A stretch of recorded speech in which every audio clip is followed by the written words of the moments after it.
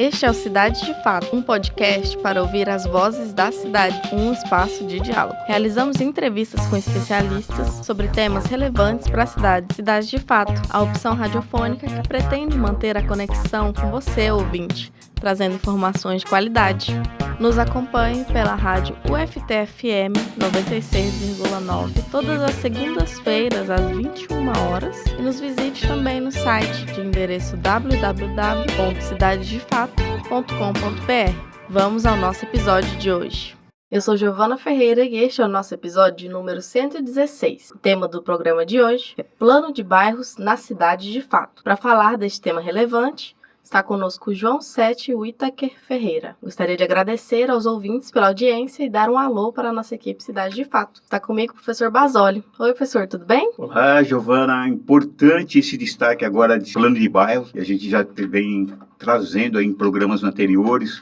Então, a gente tem um objetivo aí de trabalhar um piloto e aqui no Cidade de Fato a gente falar cada vez mais de plano de bairros aí para uma disseminação dentro da nossa cidade de uma possível até implantação aí futura. Nosso convidado de hoje, João Whittaker, é professor titular da FAU-USP, diretor da FAU-USP, agora entre 2022 e 2026, pesquisador do Lab-AB da FAU-USP, professor de planejamento urbano da FAU-USP também. É arquiteto, urbanista, economista, mestre em ciências políticas, doutor em urbanismo, doutor honoris causa pela Universidade de Lyon, na França. É ex-secretário de Habitação do município de São Paulo, entre 2015 e 2016. Olá, seja bem-vindo à Cidade de Fato, João Whittaker. Olá, muito obrigado pelo convite, é um prazer estar aqui com vocês. O plano de bairros, quando integrado à educação urbana, pode ser uma ferramenta poderosa, criar espaços educativos,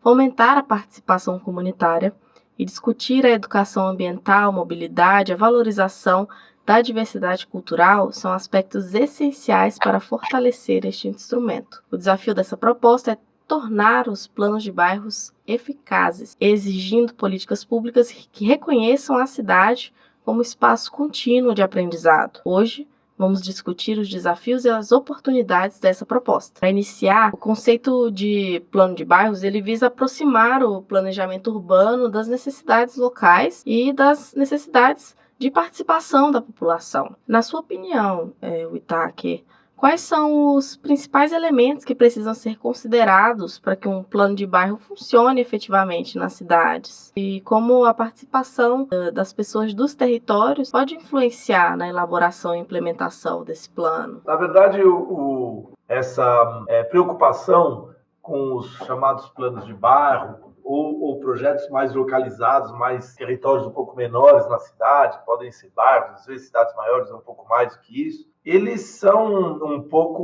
uma decorrência ou o resultado de uma evidência, né? Quer dizer, que é a evidência de que, não só no Brasil, mas eu acho que no mundo todo, mas aqui no Brasil talvez ainda seja mais forte, é a evidência de que os planos diretores, os grandes planos de planejamento territorial numa escala maior da cidade, eles têm um problema de, por um lado, eles são importantes, né? Não estou aqui jogando eles fora, mas eles têm o problema de serem, por um lado, às vezes um pouco generalistas demais, porque eles precisam, vamos dizer, dar orientações e dar diretrizes que vão valer para a cidade toda, né? E as cidades, elas têm muitas diferenças entre seus bairros, ainda mais as cidades brasileiras que são tão heterogêneas. E a segunda evidência é que os grandes planos de cidade toda, os planos diretores, têm muitas vezes dificuldades em chegar de fato na população, né? Ou seja, chegar de fato ali no bairro onde a pessoa vive. Ela às vezes nem fica sabendo desse plano, às vezes os planos são técnicos, então muitas vezes os grandes planos estão falando de grandes diretrizes sistêmicas para toda a cidade, como vai funcionar o transporte público e tal, e muitas vezes não consegue chegar naqueles aspectos mais recortados e mais detalhados do que realmente afetam a vida das pessoas no bairro. Além do mais, os planos de bairro têm justamente a grande possibilidade de alavancar uma participação muito mais ampla. né? Ou seja, de envolver, porque uma das grandes dificuldades para as prefeituras e para os grandes planos para as cidades é fazer com que a população entenda, participe, se comprometa, né? E quando você está lá fazendo grandes diretrizes muito amplas, às vezes é difícil você chegar no âmbito das questões mais específicas de cada bairro.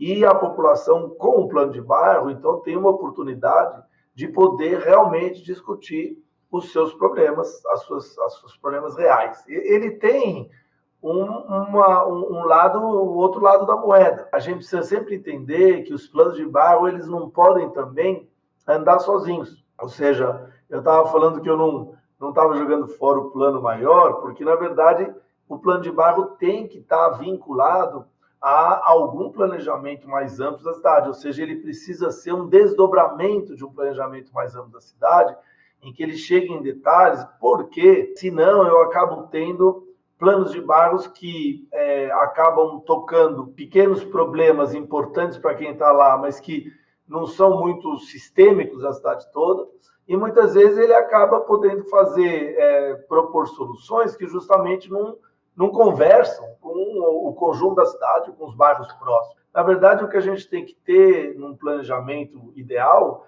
é realmente fazer as duas coisas, ou seja, a gente ter um planejamento que estabelece grandes diretrizes, grandes opções para a cidade, a maneira como se quer que a cidade cresça, quais são as grandes prioridades de transporte, prioridades de crescimento, etc. E aí nós temos os planos de bairro que pegam essas grandes diretrizes e passam, então, a fazer um detalhamento dentro da lógica que foi colocada pelo plano mais amplo. É isso aí, João. Eu até acrescentaria mais uma escala. Nós teríamos que ter um plano nacional voltado para urbano, o plano diretor, que é o conhecido, e o plano de bairros. Porque, às vezes, a gente falando de plano de bairros, as pessoas acham que o interesse é excluir o plano diretor. Ao contrário, é fazer uma integração razoável, né? Até porque, embora a discordância do que eu vou falar, mas eles estão sendo abandonados, aí a gente não consegue avançar na discussão, até por causa da sistematização ampla, não dá condições da percepção local.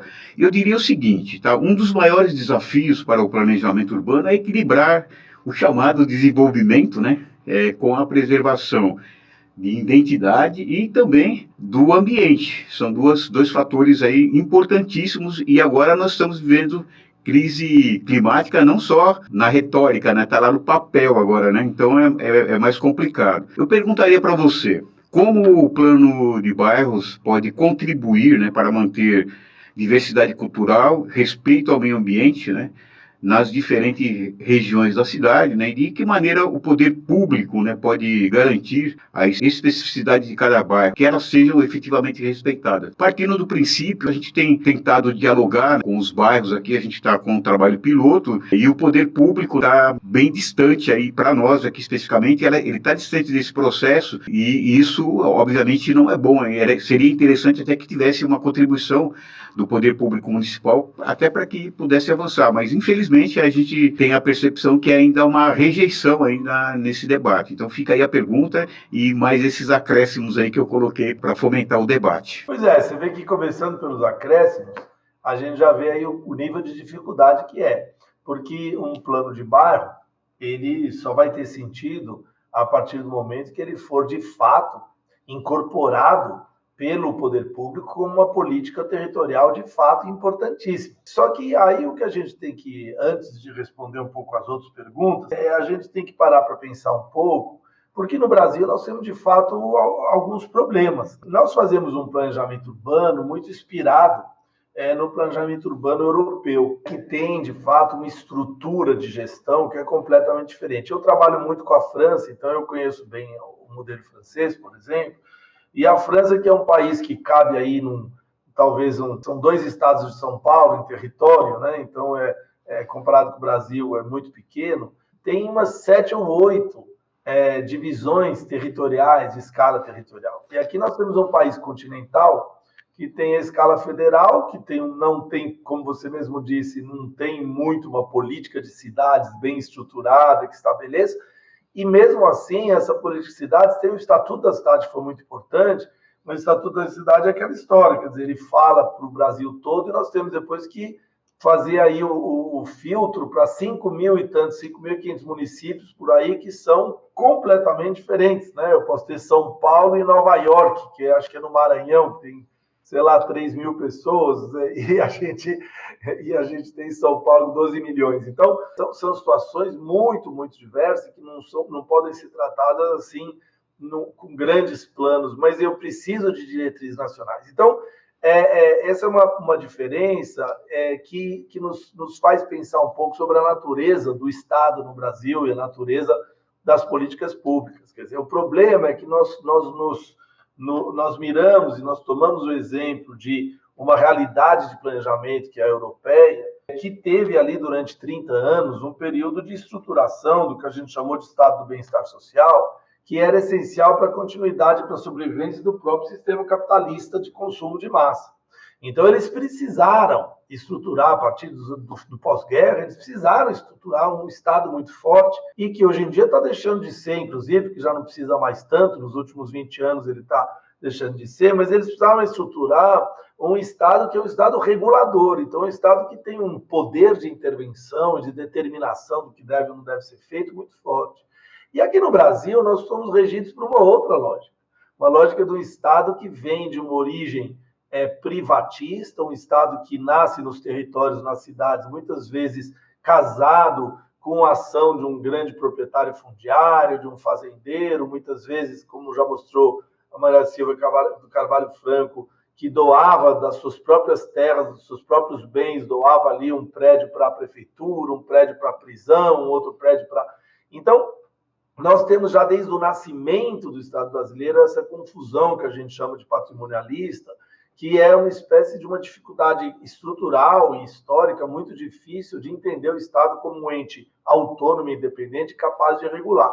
Então, isso faz com que o planejamento que a gente faz aqui, muito embora ele seja inspirado lá de fora, né, ele tem muito pouco efeito, né? Esse que é o grande problema, ele tem muito pouco efeito. Você falou, os planos diretores estão caindo, né, em desgraça e desuso. Isso não é novo. Em São Paulo, a gente teve um belíssimo plano diretor feito em 2004 e que, na verdade, ficou depois engavetado pelo prefeito que chegou depois durante 8 anos, embora fosse lei. Né? Então, como diz a Hermínia, nossa querida Hermínia, as leis elas existem, o problema é que elas vão ser aplicadas, né? Só se aplica quando se quer. Então, esse que é uma questão no Brasil. Nós estamos numa dinâmica de funcionamento da política que é muito diferente, que precisa ser estudado com mais cuidado. Porque, às vezes, aqui você fica meses e meses estruturando um plano participativo, que você vai ouvir a população, mas o empresário que tem poder, que é dono de terra, que vai querer fazer algum negócio imobiliário ou coisa assim, ele tem um telefone, o celular ali do prefeito e ele resolve a questão dele em 3 ligações e 2 jantares, enquanto que a população lá fica se matando para fazer processos participativos que muitas vezes não dão em nada. Então, esse tipo de coisa aqui no Brasil não tem controle, portanto, nós não temos um poder do Estado de regulação que enfraquece demais a capacidade do Estado de fazer esses planos. Então, o plano de bairro, por um lado, você fala, é difícil porque o poder público não está dando importância. Claro, porque aqui no Brasil, o poder público centralizado das cidades, via de regra, claro que nós temos aí, por sorte, muitas vezes alguns governos que se elegem, mas eles são ainda exceção no Brasil, né? Mas os governos municipais ou estaduais, eles não têm muito interesse no plano de bairro, ou quando tem, eles fazem ali uma espécie de uma divisão para cada vereador ali da base aliada do prefeito e tal, virar dono de um território. Então, eles fazem uma espécie de uma distribuição ali e eles instrumentalizam esses planos mais locais para ser uma espécie de um elemento a mais na disputa política. Fora isso, eles não têm muito interesse nos planos de bairro, porque os planos de bairro são um instrumento que pode romper esse vício que eu falei agora. Quer dizer, pelo fato de que o plano de bairro ele parte de uma ideia que é de baixo para cima e não de cima para baixo. Se você for pegar os grandes movimentos transformadores do território no Brasil, um dos mais importantes talvez tenha sido a experiência das comunidades eclesiais de base, ainda no final da ditadura, né, nos grandes centros, sobretudo São Paulo e Rio, em que a Igreja Católica conseguia organizar muito a população. Ela fazia isso com comunidades locais, de bairro, onde você consegue chegar na população, conscientizar a população e fazer um processo de politização, no bom sentido, né, da população. Não essa politização que a gente está tendo aí, que é encontrar maneiras de fazer cortes no TikTok e enganar a população para ter votos inconscientes. Não, politização de verdade, que é politização de participação, de compreensão. Então, o plano de bairro, se ele for bem feito, ele representa um instrumento que pode quebrar esse vício, pode quebrar essa estrutura patrimonialista, no sentido de que vai dar voz, de fato, para organizações territoriais populares, ligadas a lideranças reais, que estão vinculadas aos problemas do bairro. Então, nesse sentido, voltando à sua primeira pergunta, nos planos de bairro, a gente pode fazer uma discussão das agendas mais atuais, dos grandes desafios que a gente tem, de uma maneira muito mais consciente, porque, na verdade, eu não estou falando de uma maneira genérica, porque ganhou-se um dinheiro, veio um financiamento qualquer e se fala, vamos fazer um objetivo do milênio e discutir a questão da mudança climática na cidade, alguns seminários que ninguém vai, ou quem vai é uma elite mais específica, tal. Não, vamos entender realmente como é que a questão ambiental está se dando no bairro, está se dando na preservação ou não dos córregos, está se dando no tratamento do lixo, está se dando na demanda por formas alternativas de transporte ativo, menos poluentes. Vamos ver como é que no bairro está chegando a necessidade óbvia de ter atividades culturais, né? Mas atividades culturais e esportivas, atividades de contraturno, atividades que ocupem a juventude. A gente está falando de coisas muito concretas, mas que são politizadoras, no sentido que elas trazem essas agendas para o nível do bairro, para o nível das pessoas. Então, isso, por um lado, tem um potencial enorme, por outro lado, gera um certo receio. Não deixa de ser uma certa disputa, e a gente pode ver que é quando você tem prefeituras muito progressistas que você tem implantação de cima para baixo de fazer planos de bairros. Normalmente, não é assim que acontece. Esse negócio fica meio esquecido e a gente fica dependendo da capacidade de mobilização dos moradores, da universidade, das associações, que é o que, em geral, ocorre. Professor, aproveitando aí o finalzinho da sua fala, quando você conversa um pouco sobre mudanças climáticas, queria trazer que a sustentabilidade urbana é esse tema central, é um tema central no planejamento das cidades. Gostaria de perguntar em que medida o plano de bairros pode ajudar a integrar as práticas sustentáveis, né, como mobilidade verde, habitação social e infraestruturas ecológicas no cotidiano real das cidades. E se teria algum exemplo de algo nesse sentido? A questão da sustentabilidade, ela é bastante complexa, a gente precisa tomar consciência.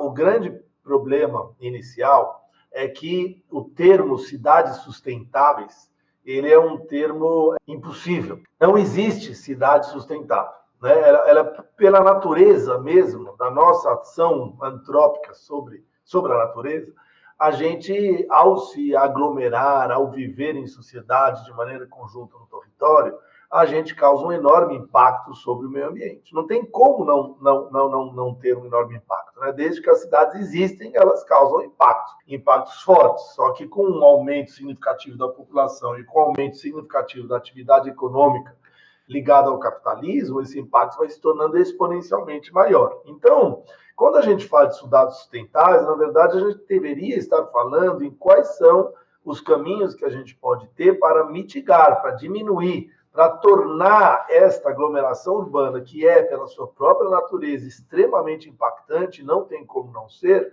para a gente tornar ela menos impactante e mais sustentável, ou seja, com maior possibilidade de duração e de preservação das riquezas naturais, no sentido de pensar nas próximas gerações, nossos filhos e, sobretudo, nossos netos, né? Então, esse objetivo é um objetivo que passa, essencialmente, por uma necessidade, primeiro, de conscientização. Na verdade, se você for ver nos mapas de poluição, né, exceto quando tem essas queimadas horrorosas que a gente está vendo aqui, mas, no geral, os países industrializados, eles têm um grau de impacto sobre a natureza e de impacto sobre a camada de ozônio, sobre a emissão de gases, etc., que é significativamente maior do que o nosso, até mesmo cidades grandes como São Paulo, Rio, etc. Né? Por quê? Porque o nível, aquilo que eu estava falando, o nível de industrialização, o nível de urbanização dos países desenvolvidos é absolutamente fenomenal e ele foi de um nível de impacto ambiental que é absolutamente terrível, fazendo com que lá até a corda esteja mais tensionada do que para nós. Nós temos outros desafios. Nós temos desafios, temos os fiéis depositários, né, de bens ambientais para o futuro do planeta, como é a Amazônia.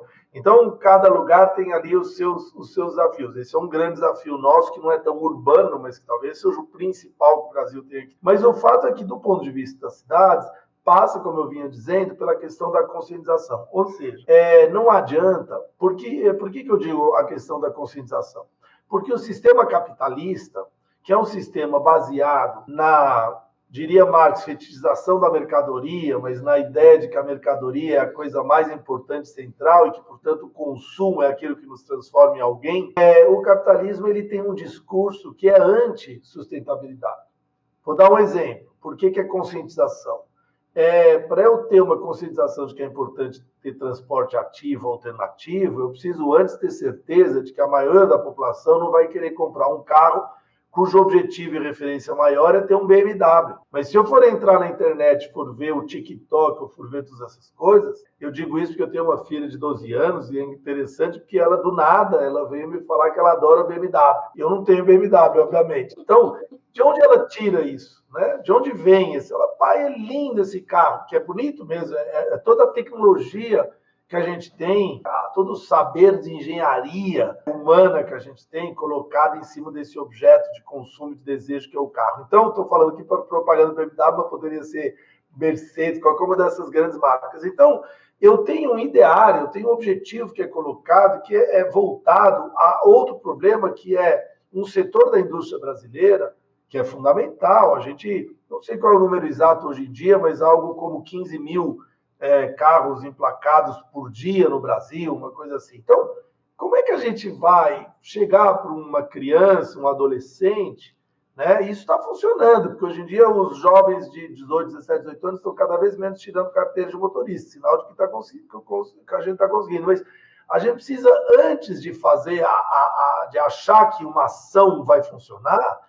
a gente precisa ter um enorme trabalho de conscientização para as pessoas perceberem que esse modelo do consumo exacerbado, ele é um modelo altamente impactante, que a gente vai precisar abrir mão desse modelo do carro acima de tudo, como um grande objeto de status, de poder, de riqueza, né? Então, eu estou dando o exemplo do automóvel, eu poderia dar o exemplo de qualquer coisa, inclusive de uma casa super exagerada, como são as casas da burguesia brasileira, que é sempre além, hiper equipada, um tamanho muito além do que necessário. Então, nós temos sempre essa espécie de cultura do supérfluo que nos faz ser alguém ou que nos dá o status. Então, a questão ambiental, ela começa num processo violento de conscientização que precisa começar na escola, que precisa começar no bairro, que precisa ser permanente, precisa as pessoas perceberem todo o ciclo, né, de impacto que a atividade humana urbana tem, o ciclo de impacto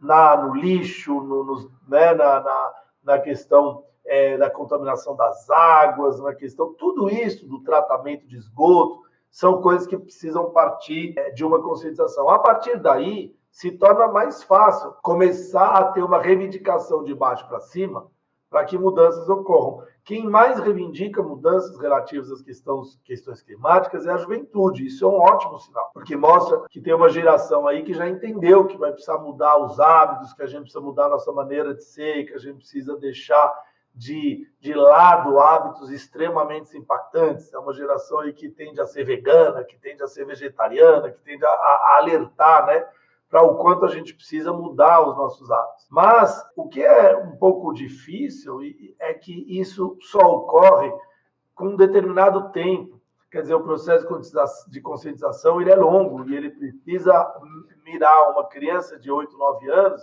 para quando ela tiver 16, 17, ela tenha essa consciência plena.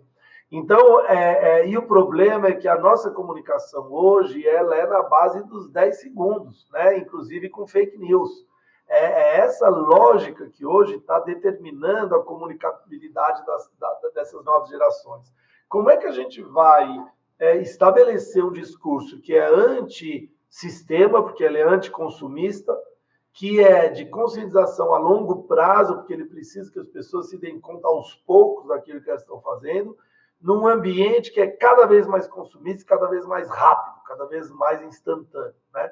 Então, eu acho que é um enorme desafio. E aí você vê que projetos como os planos de bairro ou outros projetos de organização, que eu chamaria de organização popular ou organização territorial localizada, eles têm um potencial muito grande para isso. Então, Itaquera, é o seguinte, né? Você colocou alguns pontos que eu acho que são extremamente importantes. Você fala do Estatuto da Cidade, você fala da Amazônia Legal, você fala da conscientização. Eu tenho até um texto que foi publicado, intitulado A Inaplicabilidade do Estatuto da Cidade na Amazônia Legal. Teve uma repercussão até relativamente grande aqui na nossa região, mostrando que nós precisamos adequar vários pontos. O Tocantins, por exemplo, a capital, né, que é a cidade mais populosa, tem 300 mil habitantes, para você ter uma ideia. Então, as dimensões são completamente diferentes. E aí eu pontuo, em relação ao plano de bairros, aí trazendo um pouco a relação da conscientização e plagiando a professora Hermínia Maricato, né, sobre alfabetização urbanística, que eu acho que é um princípio que a gente, inclusive, já vem trabalhando aqui já há bastante tempo. Nós tivemos um projeto denominado Nós Propomos, que nós trabalhamos nas escolas,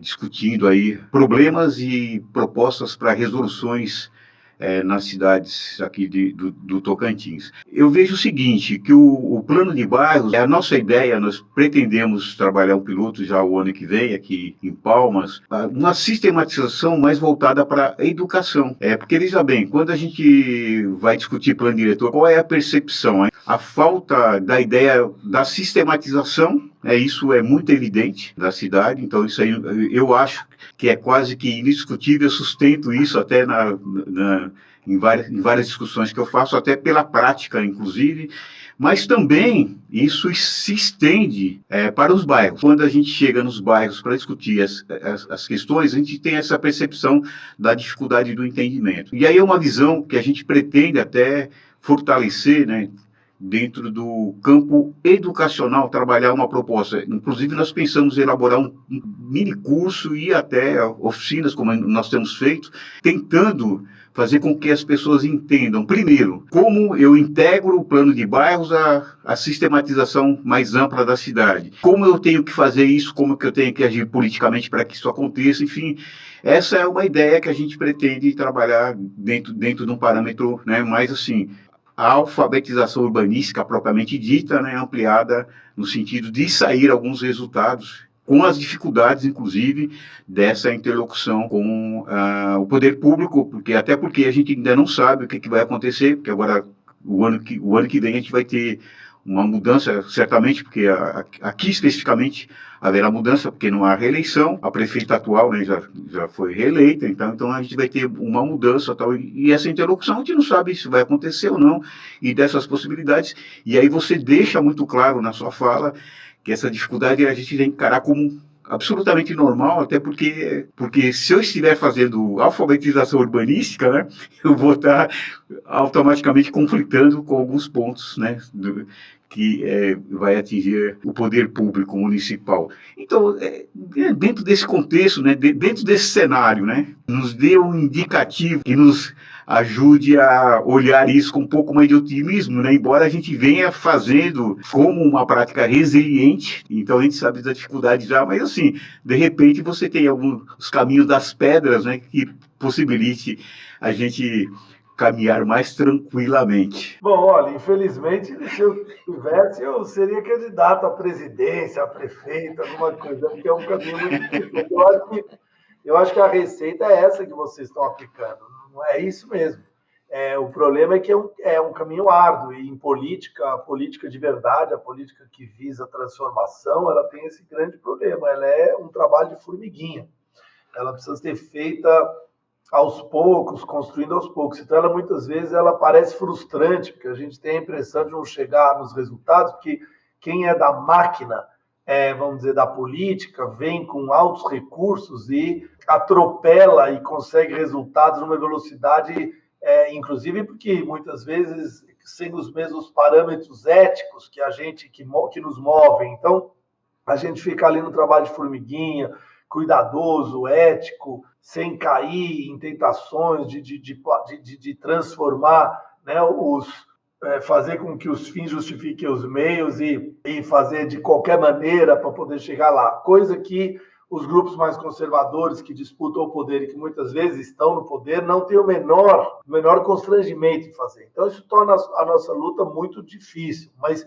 eu acho que o caminho é exatamente esse.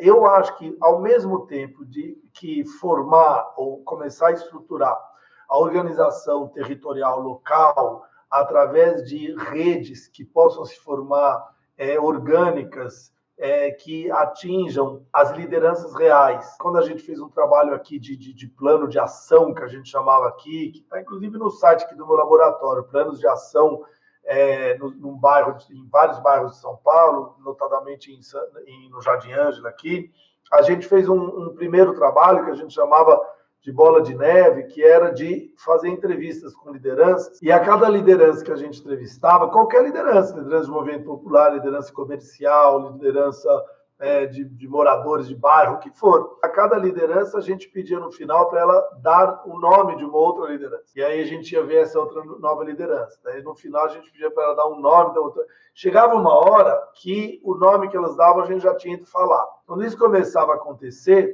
a gente se dava conta que a gente tinha fechado ali, mais ou menos, um mapeamento real de quais eram as lideranças efetivas desse base. Eu acho que implicar essas lideranças numa discussão democrática, participativa, que dê voz a todo mundo, é um primeiro grande e importante caminho. Agora, além disso, para daí começar a estruturar, vamos dizer, ações concretas, já com uma participação e um envolvimento da população de suas lideranças que legitimará essa ação.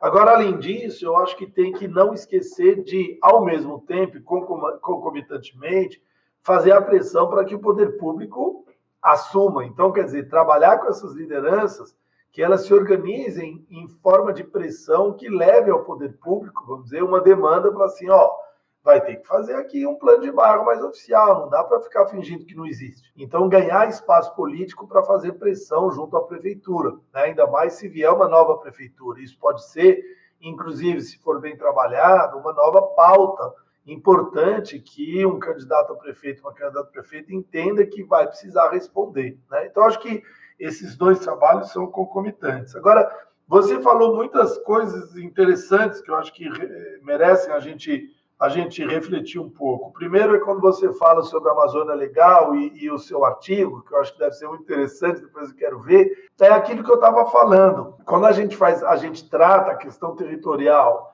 e ambiental que vem junto, de uma maneira muito centralizada, aqui, assim como fez o Estatuto da Cidade, é importantíssimo, mas é o primeiro passo.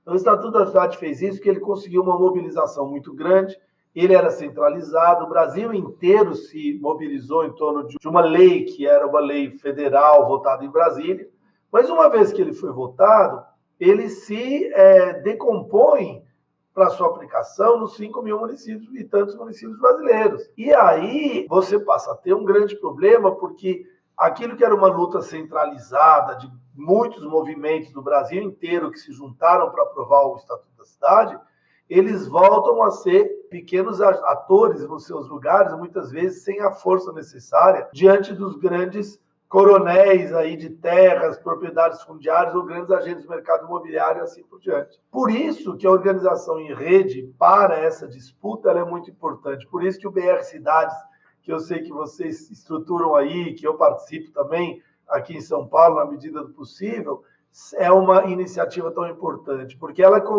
é uma iniciativa que visa criar uma rede, mas não é apenas uma rede de mobilização política. Ela é uma rede de mobilização política em torno de uma questão muito específica, que é a questão, justamente, que você também falou, usando a Hermínia, da alfabetização urbanística. Por que é muito importante isso? Porque a verdade é que se você vai procurar os políticos, a maioria dos políticos brasileiros, os prefeitos, e você perguntar para eles sobre a questão urbana, eles, na verdade, não conhecem, não entendem ou não apreendem a importância ou a centralidade real da questão urbana. A questão urbana, para eles, é vista como uma somatória de problemas. Eu preciso resolver o problema de saúde, eu preciso resolver o problema do lixo, eu preciso resolver o problema da segurança. Normalmente, saúde e segurança são os problemas mais falados, que são os que atingem mais gente. Poucos políticos entendem a dimensão do urbano como esse elemento articulador de todas as políticas. E o grande problema é que as políticas brasileiras nas cidades, elas se setorializaram. Você tem a turma da mobilidade, tem a turma do saneamento, mesmo no Estatuto da Cidade, nas ruas do Estatuto da Cidade, é muito setorializado. Então, a turma da mobilidade, a turma do saneamento, a turma da habitação. Tem pouca gente que consegue parar para dizer, olha, se a gente não entender tudo isso como uma coisa sistêmica, se a gente não entender que saúde tem que estar no território distribuído em função das habitações, em função das escolas, e que o saneamento tem que estar no território, porque senão ele vai afetar a saúde, e que quem não tem casa não consegue ir para a escola direito, vai ter uma péssima educação, e que o trabalho tem que estar perto do emprego, porque senão o desgaste é gigantesco, economicamente o impacto é terrível do ponto de vista social e humano mais ainda.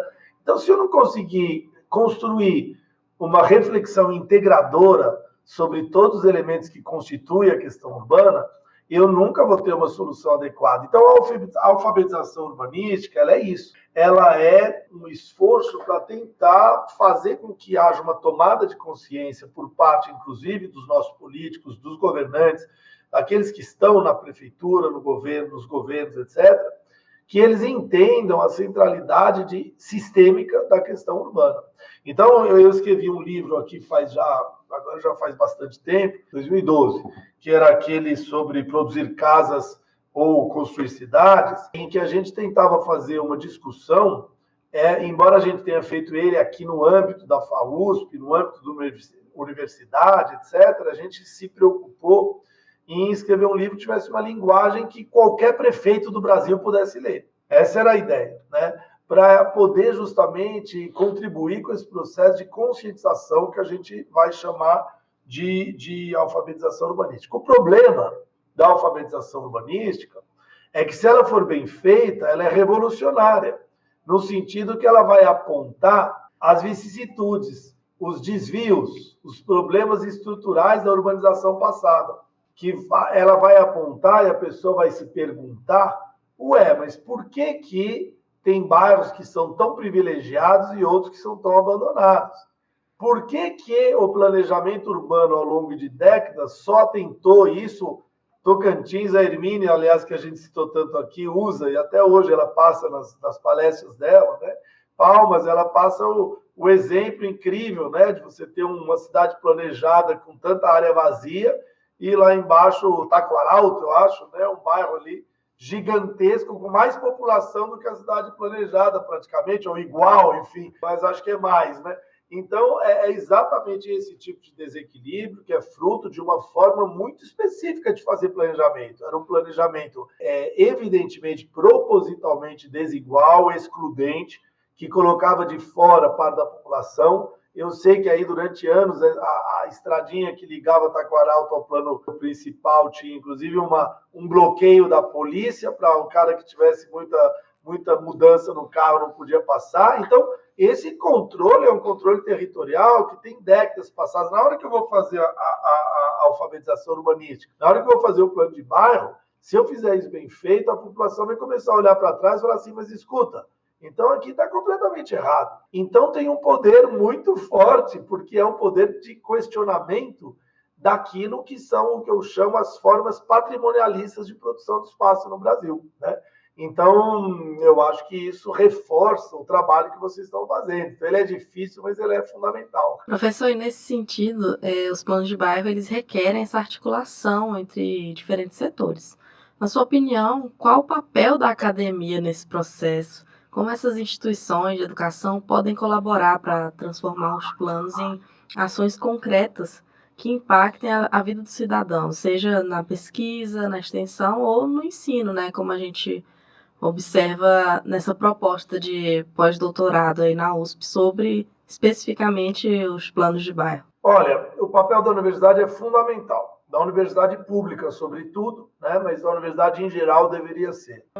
Por quê? Porque no Brasil a gente tem uma certa carência, inclusive, de instituições capazes de fazer esse trabalho, que é um trabalho assim, a alfabetização urbanística ou qualquer trabalho de análise e conscientização das questões urbanas parte de uma necessidade de dados, de informação, de sistematização desses dados, de conseguir trabalhar, analisar as políticas, de conhecimento jurídico, direito urbanístico e ambiental, conhecimento técnico, engenharia ambiental, engenharia urbanística. Então, no Brasil, por causa dessa fraqueza do Estado, que não é exatamente uma fraqueza, porque, na verdade, não foi porque a gente não conseguiu ou foi fraco, foi porque esse não foi o objetivo, né? Não foi o objetivo político a gente ter isso. Então, por essa forma muito específica de criar o Estado no Brasil, nós não temos instâncias, e quando tivemos, muitas vezes foram abandonadas. Aqui em São Paulo é famoso. O exemplo é do desmonte do Emplaza, que era uma empresa de planejamento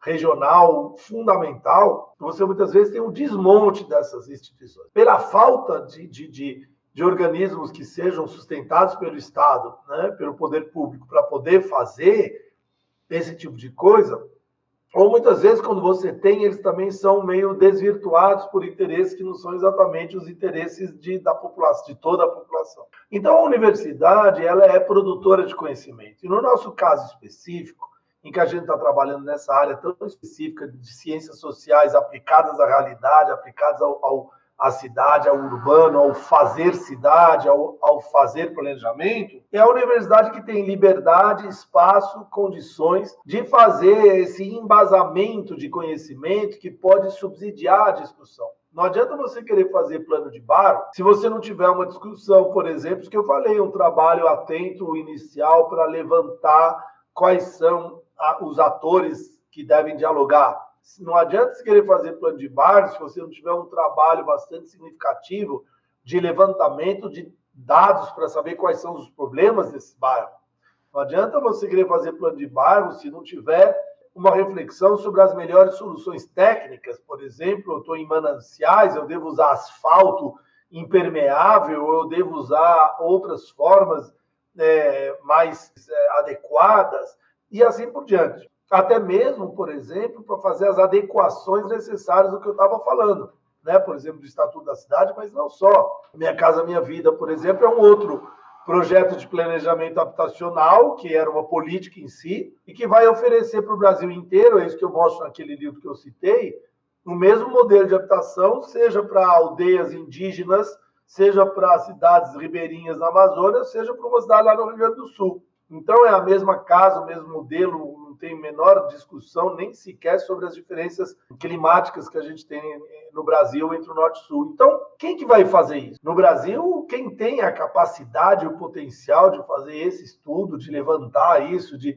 trabalhar esses dados, essas informações, é a universidade. E quem tem uma capacidade de articulação dos atores de uma maneira autônoma, porque a prefeitura, às vezes, ela é muito bem intencionada. A gente tem que lembrar que não são só... Você não pode aqui ficar só maldizendo do poder público, dizendo que ele é sempre um horror. Não, muitas vezes não. Mas uma prefeitura, ela sempre vai chegar sendo entendida e vista pelos grupos que estão ali atuando no bairro como um agente político, né? Se a gestão for de uma determinada pessoa, quem é da oposição vai torcer o nariz, não vai contribuir e tal.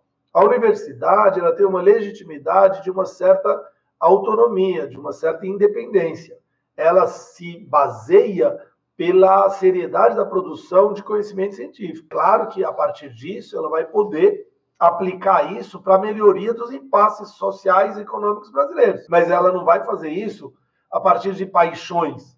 Ela não vai fazer isso a partir de opiniões, de achismos. A universidade vai fazer isso a partir de uma contribuição com conhecimento concreto, né? Com conhecimento real, científico, embasado. Então, eu acho que o papel da universidade ele é central. A universidade é, provavelmente, hoje no Brasil, o agente mais importante desse tipo de transformação. Estamos chegando ao final do nosso programa de hoje, assim gostaríamos de pedir para que o convidado deixe uma indicação cultural e também nos diga para você, Itáquero, o que são as cidades de fato. Cidades de fato são aquelas que possam dar oportunidades de viver o urbano, de viver a vida, porque viver o urbano é viver a vida, né? De maneira igual para todos, ou seja, que todo mundo tem aquelas facilidades que a gente sabe que são adequadas para a gente ter uma vida melhor para nós, para os nossos filhos, proximidade de trabalho, facilidade de deslocamento, áreas de lazer, áreas em que a gente possa descansar, tudo isso, atividades culturais disponíveis, de esporte, parques, Só que o grande desafio é isso ser igual, oferecido de maneira igual para o conjunto da cidade. E não da maneira que é no Brasil, em que apenas setores privilegiados conseguem viver em espécie de pequenos recortes de cidade que parecem que eles estão morando na Suíça, enquanto que o resto vive em cidades que mais parecem cidades do mundo subdesenvolvido. Então, eu acho que esse é o grande desafio que a gente tem numa cidade ideal. Em relação à dica, eu sou muito ruim para esse tipo de dica, porque eu, na verdade, eu só leio tese ultimamente, né? Tese e dissertação, é a única coisa que eu... Mas eu, por acaso, eu estou agora lendo um livro de uma amiga minha, que é historiadora francesa, e aí está na minha mão aqui, por isso que eu falei, poxa, esse livro aqui é legal, um livro da EDUSP, que é a editora da USP, que se chama Madureira Chorou, em Paris, a música popular brasileira na França do século XX. É uma tese, né? Eu não consigo ler outra coisa que tese, mas o livro é decorrente de uma tese de doutorado de uma francesa, Anaïs Fléchet, em que ela conta a influência da música popular brasileira, como é que ela foi chegando na França no século XX, como é que ela foi sendo transformada, apropriada, como é que ela foi ganhando versões e quais são os trânsitos culturais entre França e Brasil nesse período. Por coincidência, é um livro que eu estou lendo agora, que está aí na EDUSP, que eu acho que é muito divertido e interessante. Então fica aí essa dica, mas são tantas, né, que é muito difícil a gente poder... E hoje em dia o acesso é tão grande por um Spotify, por que a gente... Ixi, é infindável. Eu, pessoalmente, sou um grande fã de jazz brasileiro, de música instrumental, samba jazz, essas coisas, então também recomendo que se ouça isso no Spotify ou nessas plataformas de música. O episódio foi muito bacana, né, professor? A gente observar um pouco sobre os planos de bairro e até conseguir ter uma visão disso nesse trabalho que a gente está fazendo aqui em Palmas. Uma aula, né? Sensacional. Então vamos aí, esse episódio, inclusive, ele será o nosso trabalho de orientação aí para quem for trabalhar em plano de bairros, vai começar, né, por essa aula para que a gente consiga aí, dentro da nossa perspectiva, implantar um piloto aí o ano que vem. E o nosso grande evento agora, dia 9 de novembro, né, que é isso enunciado, enfim, a gente já tem um trabalho com 4 bairros, 4 quadras aqui, então a gente vai apresentar já alguma coisa, já antecipar alguma coisa, que é um documento chamado Agenda Popular pelo Direito à Cidade, com participação de vários agentes aí, então acho que a gente já dá, né, esse pontapé inicial e, obviamente, com esse material de hoje, eu acho que é sensacional, esse registro aqui, ele vai obviamente nos contribui muito aí para o nosso trabalho. Muito bom. Agradecemos imensamente ao convidado e nossos ouvintes. Até a próxima. Um abraço, muito obrigado. Cidade de Fato de hoje contou com Giovana Ferreira na locução, Júlia Conca, Érica Nascimento, Giovana Ferreira, Aline Silva e Karine Corrêa no desenvolvimento de conteúdo, Rodrigo Basoli no design gráfico, apoio técnico e edição, professor João Basoli na produção e coordenação geral. Agradecemos imensamente aos nossos convidados e à equipe do Cidade de Fato, mas especialmente a você, nosso ouvinte. Semana que vem voltaremos com novos temas e novas entrevistas. Até lá!